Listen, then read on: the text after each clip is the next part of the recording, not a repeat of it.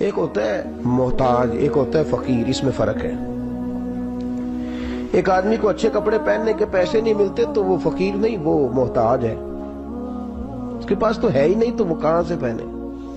لیکن ایک آدمی کے پاس لاکھوں کروڑوں روپیہ پڑا ہے لیکن وہ بھی سادہ سا لباس پہننا پسند کرتا ہے تو یہ فقیر ہے، یہ درویش ہے۔ کنجوس اور درویش میں بھی فرق ہوتا ہے۔ ایک آدمی اس کا پیسے لگانے کو دل ہی نہیں چاہتا، خرچ ہی نہیں کرنا چاہتا، وہ بخیل ہے، کنجوس ہے۔ لیکن ایک شخص وہ ہے جس کے پاس سرمایہ ہے، مال ہے، لیکن وہ اپنی ذات کو بڑھانا پسند نہیں کرتا، وہ درویش ہے، وہ فقیر ہے۔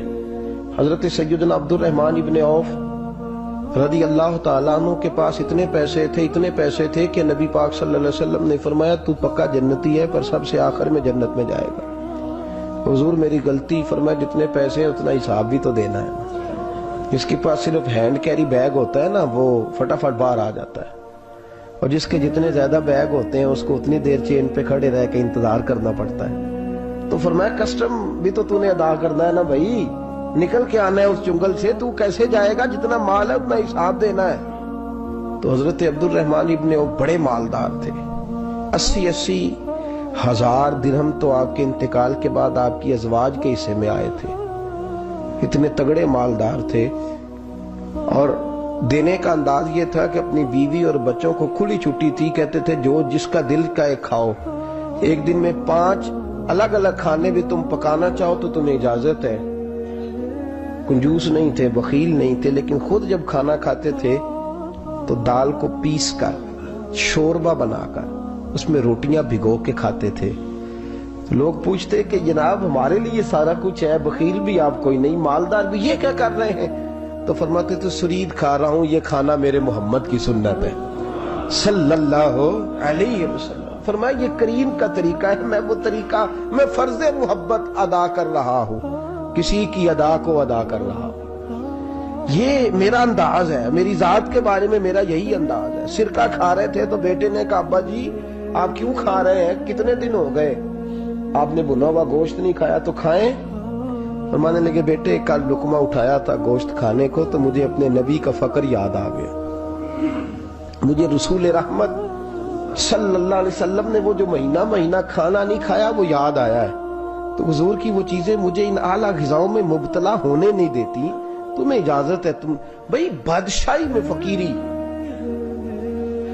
آج لوگوں کے پاس اتنا کچھ ہوتا نہیں جتنا کچھ وہ اپنے آپ کو دکھانا چاہتے، دکھانے کا معاملہ ہو گیا، بلکہ قرض اٹھا کے لوگ اپنے آپ کو بڑا کر کے پیش کرتے، حالانکہ ایسا ہوتا نہیں۔ اسلام فقیری، بادشاہی میں فقیری، میرے رسول پاک صلی اللہ تعالی علیہ وسلم کی ایک حدیث ہے، اگر آپ اس کو سمجھ جائیں تو بہت ساری چیزیں جو ہیں ویسے کھل جائیں گی۔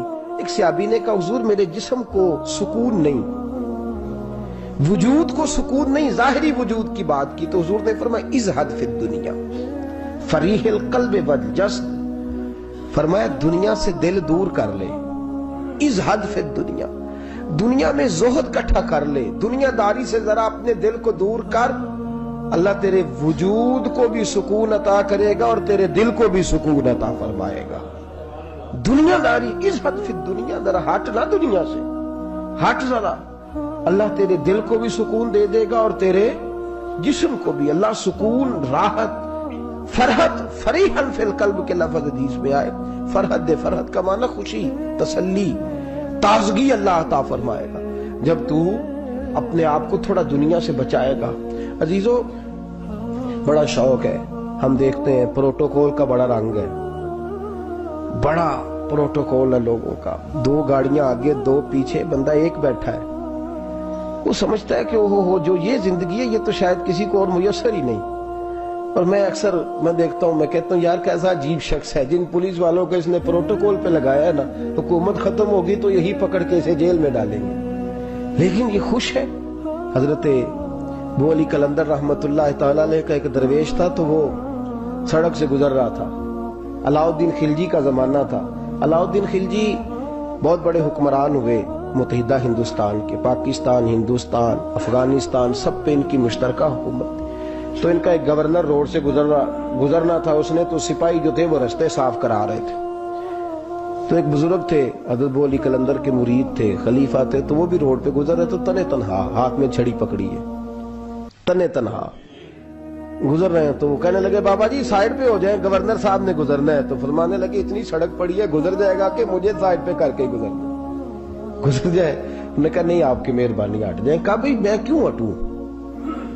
وجہ اس کی اتنا رستہ ہے، گزر جائے، میں بوڑھا آدمی ہوں، تم مجھے سائیڈ پہ کرو گے، پھر رستہ ڈھونڈتا پھروں گا۔ کہا بابا تیری مہربانی ہٹ جا، نگاہ فقر میں شان سکندری کیا ہے، اور خراج کی جو گدا ہو وہ کیسری کیا ہے۔ اس نے کہا میں اس کو کیا سمجھتا ہوں، بادشاہ ہوگا تو گھر ہوگا، میں اسے کیا سمجھتا ہوں، اور میں ناراض نہ ہوئیے گا، امیروں کو خراب غریبوں نے کیا ہے، بڑوں کو خراب چھوٹوں نے کیا۔ اگر ہم گاڑیوں کے آگے پیچھے بھاگنا چھوڑ دیں تو لیڈر سیانے ہو جائیں، یہ ہمارے نعرے تباہی کرتے ہیں، ہم نہیں سمجھتے کہ ہم کتنا نقصان کرتے ہیں۔ نگاہ فقر میں شان سکندری کیا، خراج کی جو گدا ہو وہ کیسری۔ اقبال کہتے ہیں کہ وہ تو بڑے فقیر ہیں جن کو تم بادشاہ سمجھتے ہو، تمہارا ٹیکس نہ ملے تو ان کی حکومت نہیں چلتی، تو خراج کی جو گدا ہو وہ کیسری کیا۔ خیر حضرت ابو علی قلندر رحمت اللہ علیہ کے وہ درویش جو تھے نا، وہ روڈ پہ کہا بابا جی ہٹ جائیں، کہنے لگے نہیں ہٹتا۔ انہوں نے بازو پکڑ کے نا بابا جی کو ذرا زور لگانا چاہا تو بابا جی نا آلتی پالتی مار کے چوکڑی مار کے تو زمین پہ بیٹھ گئے، کہنے لگے جو اٹھایا جاتا ہوں تو اٹھا لو۔ اب وہ تو درویش کبھی ضد کرتے نہیں، اور اگر کریں تو مسلم شریف میں میرے نبی پاک نے فرمایا رب اشغاز اکبر لو اقسم علی اللہ لابرہ، فرمایا رب کریم کا بندہ تو اللہ کو قسم دے دے تو اللہ اس کی قسم کو پورا فرما دیتا ہے، اللہ اس کی قسم کو پورا فرماتا ہے۔ تو میں جاؤں اٹھتا ہوں تو اٹھا لو۔ بحث ہونے لگی، لوگ کٹھے ہو گئے، رش ہو گیا، تو اتنی دیر میں گورنر صاحب کی سواری بھی پہنچ گئی۔ تو گورنر صاحب کہنے لگے بابا اٹھتا کیوں نہیں؟ فرمانے لگے کیوں اٹھوں، اتنا رستہ ہے گزر جا۔ میں بابا اٹھ کیوں شور ڈالا ہوا؟ کہنے لگے تو میرے نوکر کا نوکر ہو کے مجھے اٹھنے کا کہتا ہے، میرے نوکر کا۔ تو غصہ آیا تو اس نے بابا جی کو تھپڑ مار دیا۔ بابا جی اور ہنسے، کہنے لگے تجھے کہا تھا نا نوکر کا نوکر ہے، تو واقعی نوکر ہے۔ اس نے کہا میں تھپڑ مارتا ہوں، بابا ہنستا ہے۔ یہ زیادہ انسلٹ ہوتی ہے، آپ کر کے دیکھیں، آپ غصے کے جواب میں غصہ کریں تو سامنے والے کو کوئی سزا نہیں۔ آپ کبھی گالی کے جواب میں مسکرا دینا، یاد اب میں تیرے ساتھ بات کروں، تیرے ساتھ بحث کروں تو یہ زیادہ بڑی سزا، یاد رکھیے گا۔ ہم تو دشمن کو بھی پاکیزہ سزا دیتے ہیں، ہاتھ اٹھاتے نہیں، اسے اس کی نظروں سے گرا دیتے۔ جب تھپڑ مارا تو بابا جی ہنس پڑے، کہنے لگے تجھے کہا تھا نا تو غلام ہے، تو بھائی واقعی غلام ہے۔ اب جب ہنسے تو اب اس کو ڈھارس ہوئی، توجہ ہوئی، کہنے لگا بابا ماجرا کیا ہے، میں کیسے غلام کا غلام ہوں؟ تو بابا کہنے لگا دیکھنا، تجھے مسجد آنے کا کہے تو تیرے لیے مصیبت ہے، اتنے لوگوں کو تو ٹائم دے لیتا ہے لیکن اللہ کو تو نہیں دے پاتا، تو نفس کا غلام ہے اور نفس میرا غلام ہے، لہذا تو میرے غلام کا غلام ہے، تو میرے نوکر کا۔ کہنے لگے یہ ساری نفس پرستی ہے، یہ جو تو نے دنیا داری اکٹھی کی ہوئی ہے نا، یہ جو تیرے نعرے لگ رہے ہیں اور تو سمجھتا ہے کہ یہ میرے، تو تنخواہ دیتا ہے، تیرے نعرے لگاتے ہیں، ذرا تنخواہ چھوڑ کے بات کر، پھر دیکھ تیرے کتنے نعرے لگتے ہیں۔ تو یہ ڈرتے ہیں تجھ سے، لوگ تیرے آگے پیچھے بھاگتے ہیں، ذرا اقتدار سے سائیڈ ہو تو یہ پتہ لگے تیری قیمت کیا ہے۔ تو سمجھتا ہے کہ میری جیب میں پیسے ہیں، لوگ مجھے سلوٹ کرتے ہیں، تو نہیں ہے، تجھے سلام کوئی بھی نہیں کر رہا، تیری جیب کو سلام ہو رہا ہے، تیرے عہدے اقتدار کو اور تیری وحشت اور دہشت کو سلام ہے۔ اس نے کہا حضرت جی مجھے سلام کب ہوگا؟ تو فرمانے لگے جب تو بادشاہی میں فقیری کرے گا، جب تو بادشاہی میں بھی فقیری ہوتی ہے میرے عزیزوں، بادشاہی میں بھی فقیری ہوتی ہے۔ آپ کے اس ہندوستان کے ایک بادشاہ کا نام اورنگزیب عالمگیر بھی ہے۔ اورنگزیب عالمگیر کے انتقال کا وقت آیا نا، تو اورنگزیب عالمگیر بیمار ہوئے، آخری وقت منبر پہ چڑھے اور لوگوں کو کہنے لگے لوگوں تو مجھ سے اکثر پوچھتے تھے نا کہ بادشاہ تیری 2 انگلیوں پہ سیاہی کو لگی رہتی ہے اور تیرے ہاتھوں میں سوراخ کیوں رہتے ہیں؟ اورنگزیب عالمگیر، یہ میں آپ کو فرشتوں کی کہانی نہیں سنا رہا، اس دنیا میں، اس دور میں، اس دھرتی پر بسنے والے لوگوں کی کل کی بات سنا رہا ہوں۔ اس ہندوستان میں ہندوؤں کے ملک پر حکومت کرنے والے ایک مسلمان دیانتدار بادشاہ کی بات سنو. کہتے ہاتھوں میں سراغ کا پوچھتے تھے نا تم لوگ, اور تم مجھے پوچھا کرتے تھے تیرے ہاتھوں پہ سیاہی کیوں لگی ہوئی ہے. اورنگزیب عالمگیر متحدہ ہندوستان کا مطلق العنان بادشاہ کہنے لگا میرے انتقال کا وقت آ گیا ہے. اب میں تمہیں بتاتا ہوں, میں نے ساری زندگی حکومت کے خزانے سے 1 روپیہ تنخواہ نہیں لی. میں کتابت کرتا تھا, کتابیں لکھ کے جو مجھے مزدوری ملتی تھی, اور میں ٹوپیاں سیا کرتا تھا, میرے ہاتھوں میں سوراخ ہو جاتے تھے. میں نے اس کا رزق حلال کھایا ہے.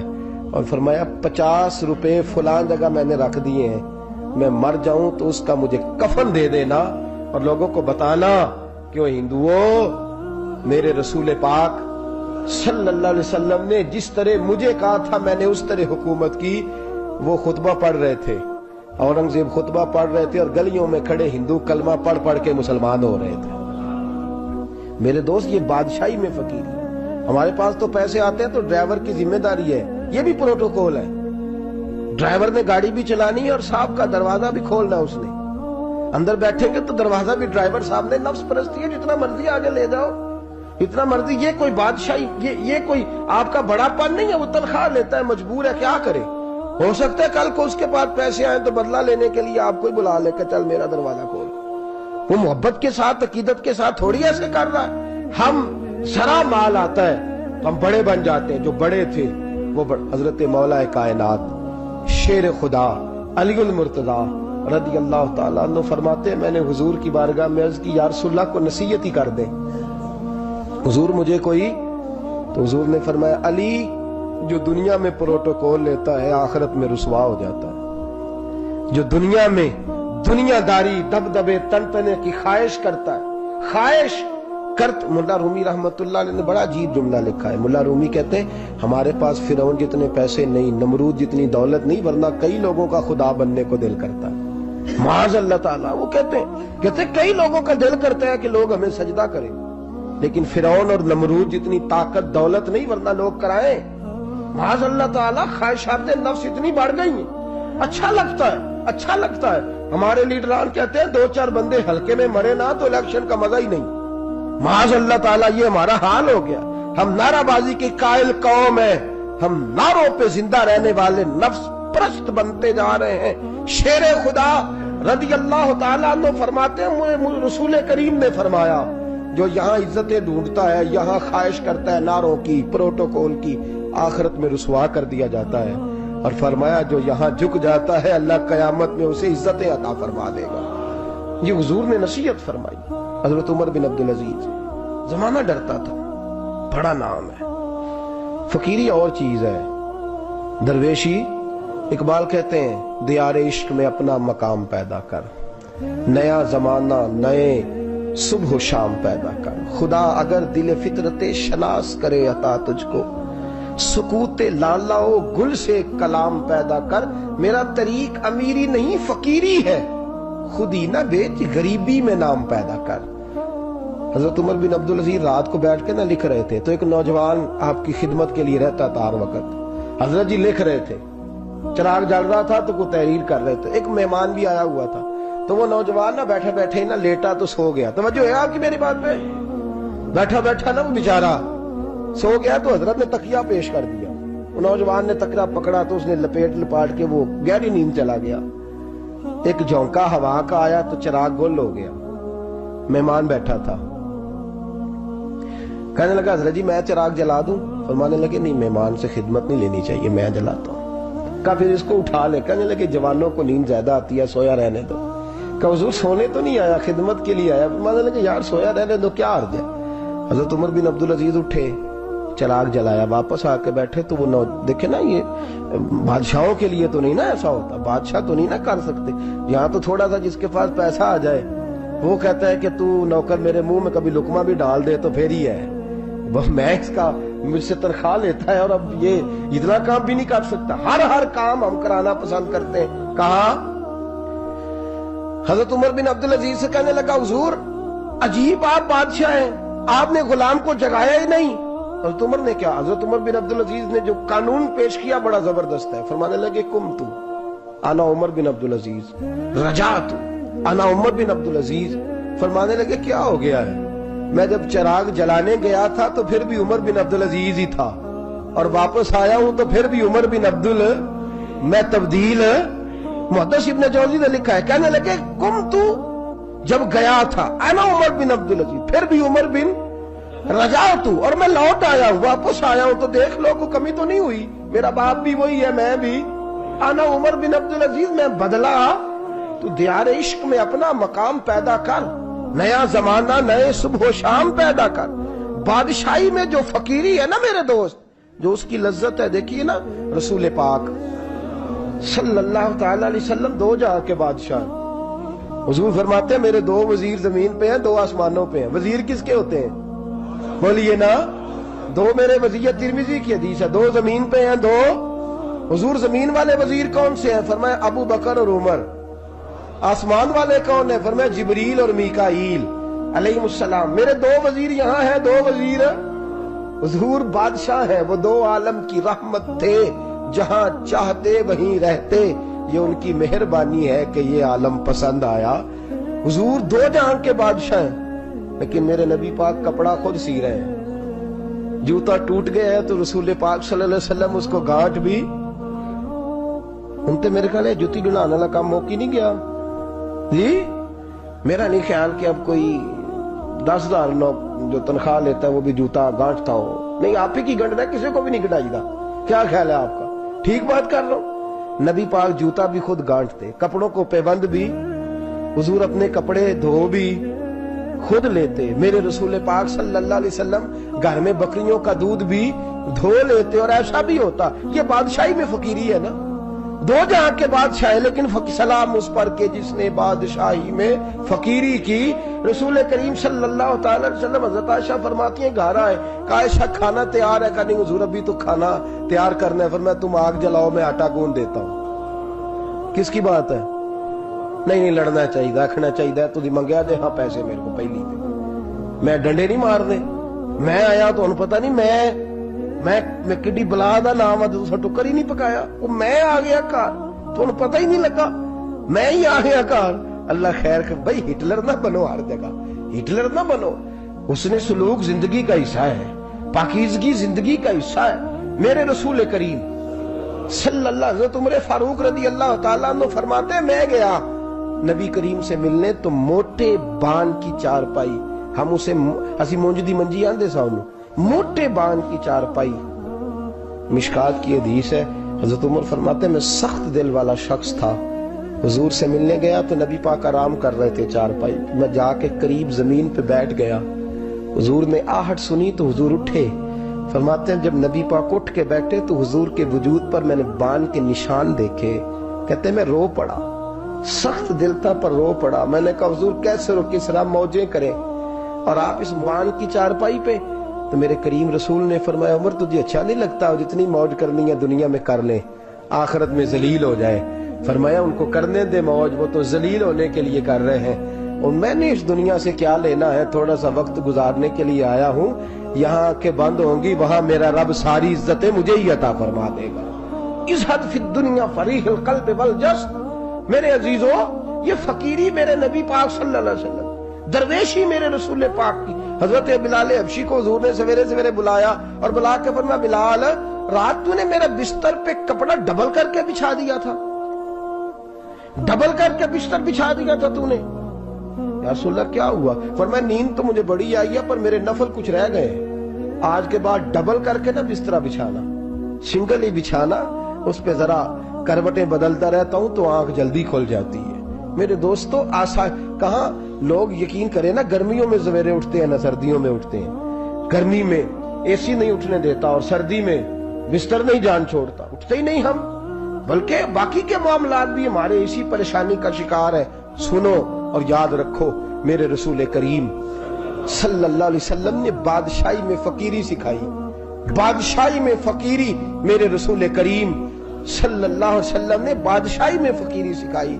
حضرت سیدنا سلمان فارسی کو حضرت عمر فاروق رضی اللہ تعالیٰ عنہ نے بلایا تو کہا میرا دل کرتا ہے آپ کو میں مدائن کا گورنر بنا دوں. حضرت سلمان فارسی بڑے تگڑے قبیلے سے تعلق رکھتے تھے، بکتے بکاتے مدینے میں آ کے بکے، پھر نگاہ مصطفیٰ میں بک گئے صلی اللہ علیہ وسلم۔ بڑے تگڑے قبیلے سے تعلق تھا۔ یا حضرت عمر نے فرمایا میں آپ کو گورنر کا، جی جیسے آپ کا حکم ہے امیر کی بات ماننا، گورنر بن گئے۔ اور گورنر صاحب کرتے کیا ہے؟ گورنر صاحب کا حال یہ کہ گورنر صاحب نے وہی پھٹے پرانے سادے سے کپڑے پہنے اور ایک ہاتھ میں چھڑی پکڑی ہے، کبھی ادھر گھومتے ہیں کبھی ادھر، مدائن کی گلیوں میں گورنر صاحب گھوم رہے ہیں۔ اللہ اکبر۔ جہاں سواریاں اترتی تھی نا شہر کی، لوگ جو کرایہ لے کے گھوڑوں پہ سوار کرتے تھے، جہاں وہ لا کے اتارتے تھے، وہاں ایک شخص اترا، مہمان آیا کسی کے گھر میں مدائن۔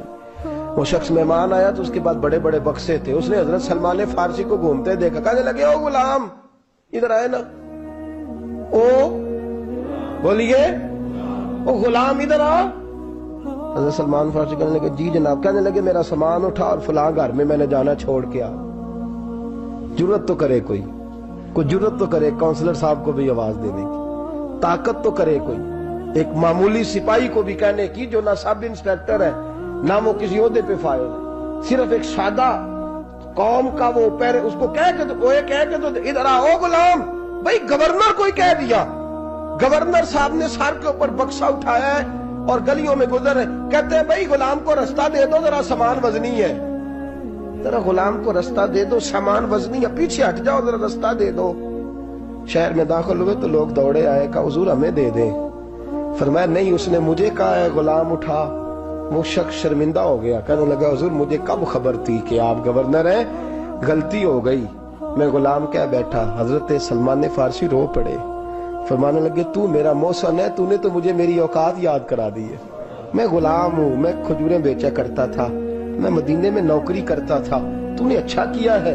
فرمایا نا تو میرا محسن ہے، تو نے مجھے یاد کرا دیا، میں کیا نا اب میں ہی لے کے چلوں گا۔ رستے میں جا رہے ایک شخص دوڑا آیا، کہنے لگا حضور وزنی بڑا ہے مجھے دے دیں، یہ بادشاہ ہے، فقیری ہو رہی ہے، حضور وزنی بڑا ہے مجھے دے دے، میں اٹھا لیتا ہوں۔ تو حضرت سلمان فارسی فرمانے لگے پہلے وعدہ کر قیامت کے دن میرے گناہوں کا بوجھ اٹھا لے گا، وعدہ کر، تو کہے گا اللہ کے حضور کے یا اللہ سلمان کے جو پاپ ہے ان کا بوجھ میں اٹھاتا ہوں۔ کہنے لگا حضور میں تو اپنا نہیں اٹھا سکتا۔ فرمایا پیچھے ہٹ جاؤ، اگر وہاں میرا کوئی بوجھ نہیں اٹھا سکتا تو یہاں بھی کوئی نہ اٹھائے۔ حضرت سلمان فارسی رضی اللہ تعالیٰ عنہ گورنر ہے صوبے کے۔ میرے دوست ہماری یہ جو جھوٹی انا ہے نا، لوگ میرا استقبال کرے، مجھے اٹھ کے ملے، مجھے پروٹوکول دے، میرا نام جپے، میں ہوتی رہے ہر جگہ، بس مجھے ہی لوگ جانے۔ اور میرے عزیز اس دھندے سے باہر آ، نفس پرستی کی اس جنگ سے نکل آ، اپنے مزاج کی اس قلت سے نکل آ، اپنے آپ کو جو بات نہیں بھی آتی ہوتی اس میں بھی ہم دخل دے کے اپنا کوئی نہ کوئی پیغام اور جملہ ضرور بیان کرنا چاہتے ہیں۔ بھئی ہمارا بھی نام لکھ لو، ہم بھی شامل ہیں، ہمیں بھی پتہ ہے اس گورکھ دھندے کا کچھ نہ کچھ، ہمیں بھی شامل کر لو۔ یہ نفس پرستی کی جنگ ہے، اس سے نکلو۔ اگر رب کریم نے بادشاہی دی ہے تو اس میں فقیری کرو، کبھی کبھی اپنے کپڑے خود استری کر لینے چاہیے، نہیں نہ بولے آپ لوگ، مشکل کام بتا دیا نا میں نے۔ کس کے کپڑے استری کرنے کو کہا جی؟ اللہ خیر کرے، میں کیا رہے، میں تو ماڑے دی گل کر چھڑی، بولے نہیں نا آپ لوگ۔ کبھی کبھی اپنے کپڑے خود استری، کبھی کبھی اپنے جوتے خود پالش کر، کچھ نہیں فرق ہوتا، اس سے آپ کا نفس کچلا جائے گا۔ کبھی کبھی نا، کبھی کبھی باوجود موٹر سائیکل اور گاڑی کی موجودگی میں پیدل سفر کر لینا چاہیے، کچھ نہیں فرق ہوتا۔ کبھی کبھی کوئی آدھا کلو چینی پکڑ کے دکان سے خود اپنے، کوئی نہیں کہنے لگا کہ غریب ہو گئے، ویکھو جی انہیں آدھا کلو کھانڈے، کہنے دو کو کہتا ہے، کچھ نہ کچھ اپنے نفس پہ بوجھ ڈالیں۔ بھئی کبھی کبھی آپ بھی، کبھی جو آپ کا ملازم ہے نا گھر میں، اس کو بٹھا کے کہا کریں بیٹھ یار میرا دل کرتا ہے میں تمہیں چائے بنا کے دوں۔ کبھی کہا کریں گھر والوں کو بیٹھو آج میں تمہیں کھانا گرم کر کے دے دیتا ہوں، کچھ فرق نہیں آنے لگا، عزت شان میں کوئی کمی نہیں آنے لگی۔ کبھی کبھی یہ کام، وہ جو گھومنے والی کرسی رکھی ہوئی ہے نا جس پہ بیٹھ کے ہم حساب کرتے ہیں، کبھی کبھی اس پہ کسی غریب کو بھی بٹھا کے دیکھیں، کچھ نہیں فرق آنے لگا۔ یہ نفس پر کچھ کوڑے برسائے تاکہ یہ کچھ سمجھدار ہو جائے۔ یہ جو ہم نے بڑی لمبی چوڑی اپنے لیے جھوٹی انا کے دروازے کھول رکھے ہیں، یہ روز ہمیں دور کر رہے ہیں۔ جو نفس پرستی کی جنگ ہوتی ہے یہ بندے کو اللہ کے دروازے سے دور لے جاتی ہے، یہ نبی پاک کی محبت دل سے نکالتی ہے، یہ ذہن کے اندر اچھی سوچ نہیں آنے دیتی۔ ذہن میں جب بھی کوئی بات آتی ہے بری آتی ہے۔ تکبر اور غرور والے جو لوگ تھے نا ان کا کبھی کچھ نہیں ہو سکا۔ جس نے کہا ہے مجھے چودھری صاحب کو، وہ بیچارہ اسی چکر میں رہا ہے،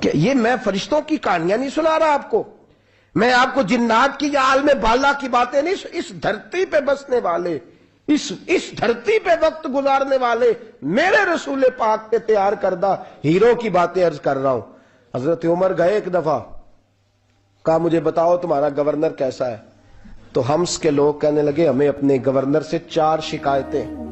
کون کون سی؟ کہ پہلی بات تو یہ ہے کہ گورنر صاحب کو چاہیے فجر کے وقت آئیں، یہ سورج نکل آتا ہے تو باہر آتے ہیں گھر سے، سورج نکل آتا ہے تو آپ کہہ کے تو دیکھیں کسی معمولی سرکاری ملازم سے بھی، پھر آپ دیکھیے آپ کا کیا بنتا ہے۔ کہا یہ سورج نکلتے وقت آتے ہیں۔ دوسری شکایت یہ ہے کہ دن کو ملتے ہیں رات کو نہیں ملتے۔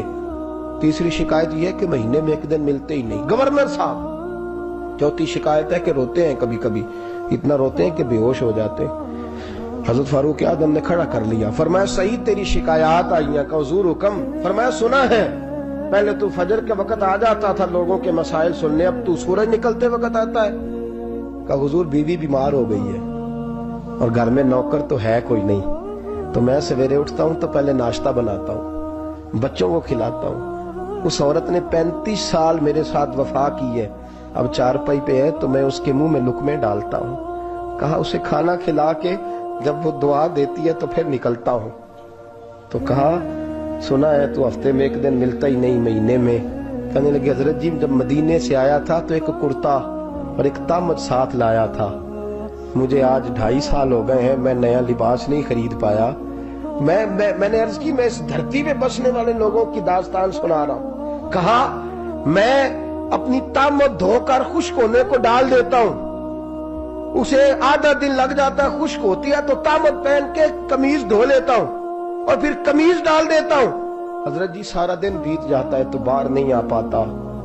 حضرت عمر فاروق کی گردن جھک گئی۔ کا سنا ہے تو رات کو ملتا ہی نہیں، یہ لفظ کہے تو حضرت سعید بن عامر کہنے لگے یہ میرا راز تھا، آپ میرے امیر نہ ہوتے تو کبھی فاش نہ کرتا، دن میں نے بندوں کے لیے رکھا ہے، رات اپنے رب کے لیے رکھی ہوئی ہے۔ میں رات کی تنہائیوں میں اپنے کریم کی بارگاہ میں جاتا ہوں اور میں سارے دن کے گناہوں کی معافی مانگتا ہوں، میں اپنی غلطیوں کی تلافی کا سوال کرتا ہوں، اس کے حضور جاتا ہوں، اسے دکھڑے سناتا ہوں، رات میری اس کے لیے بیت جاتی ہے۔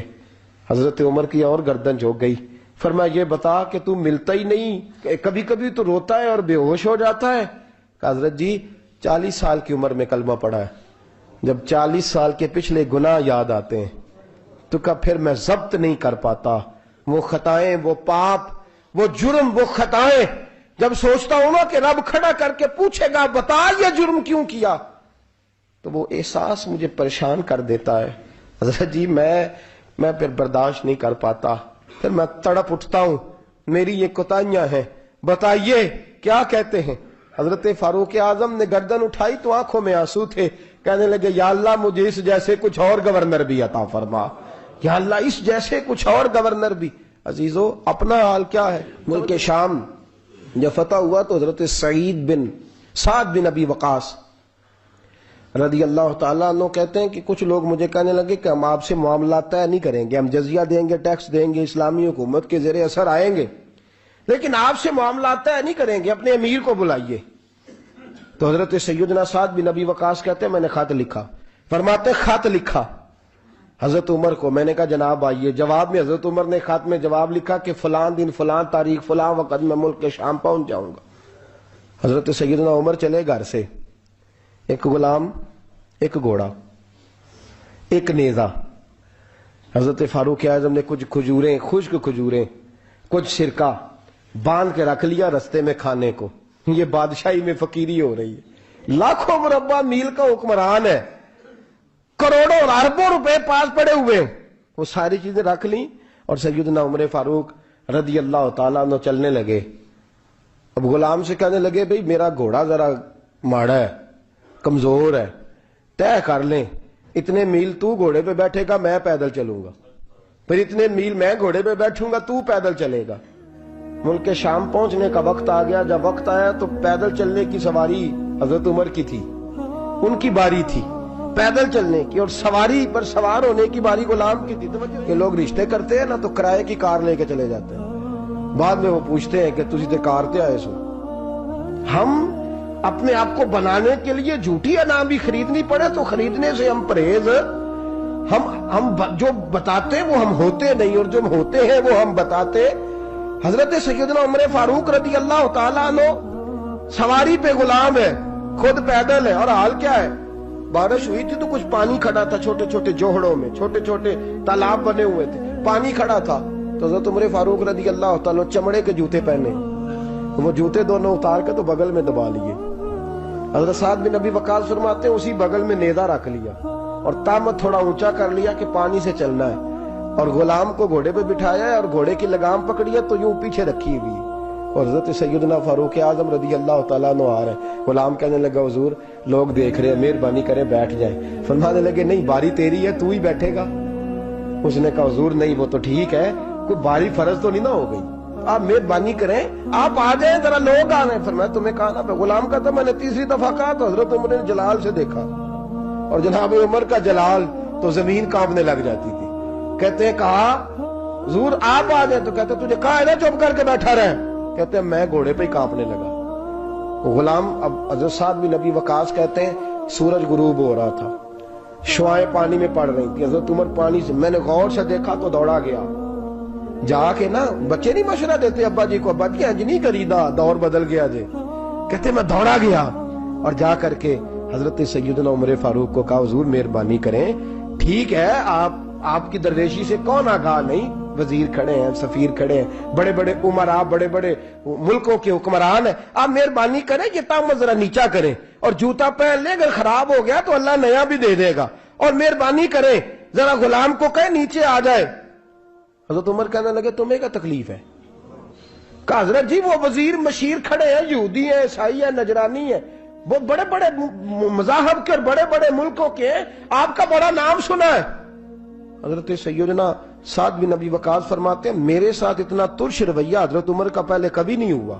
کہتے ہیں ماتھے پہ شکن آیا اور کہنے لگے تجھے تیری مار ہوئے، ان 4 لوگوں کے لیے میں اپنے نبی کا طریقہ چھوڑ دوں، ان 4 دنیا داروں کے لیے نبی پاک کا طریقہ چھوڑ دوں. فرمانے لگے سر سے پگڑی اتاری حضرت عمر نے جلال میں، فرمانے لگے میرے سر پہ جو بال ہے نا یہ مجھے کسی دنیا دار نے نہیں دیے، یہ ساری عزتیں مجھے آمنہ کے لال نے عطا فرمائی ہے، اور میں ان محبوب کا طریقہ ان 4 لوگوں کی خاطر چھوڑ دوں. فرمایا قرآن کہتا ہے ان اللہ یأمر بالعدل والاحسان. جب میں نے خود عدل کا تقاضا یہ رکھا ہے کہ کبھی وہ بیٹھے گا کبھی میں بیٹھوں گا، باری اس کیا تو میں کیسے بیٹھ جاؤں. حضرت سعد بن ابی وقاص فرماتے ہیں اسی درویشی میں سلام اس پر کہ جس نے بادشاہی میں فقیری کی. کہتے ہیں اسی درویشی میں حضرت عمر پہنچے تو جو پہلے ڈرا کرتے تھے جب حضرت عمر آئے تو انہیں کامتے بھی دیکھا، روب اور بڑھ گیا، ان کے دلوں کے اندر حضرت عمر کا دبدبا اور بڑھ گیا، اور میرے کانوں میں کہنے لگے سعد پہلے سنا تھا لیکن دنیا سچی کہتی ہے جو حال محمد اور محمد کے غلاموں کا ہے صلی اللہ علیہ، وہ دنیا میں دوسرا کوئی حاصل کر سکتا. آج ہمارے پروٹوکول، ہمارے دبدبے، ہماری انا پرستیاں. دے سورج ڈھل دے ویکھے بجے دیوے بل دے ویکھے چڑھ دے سورج ڈھل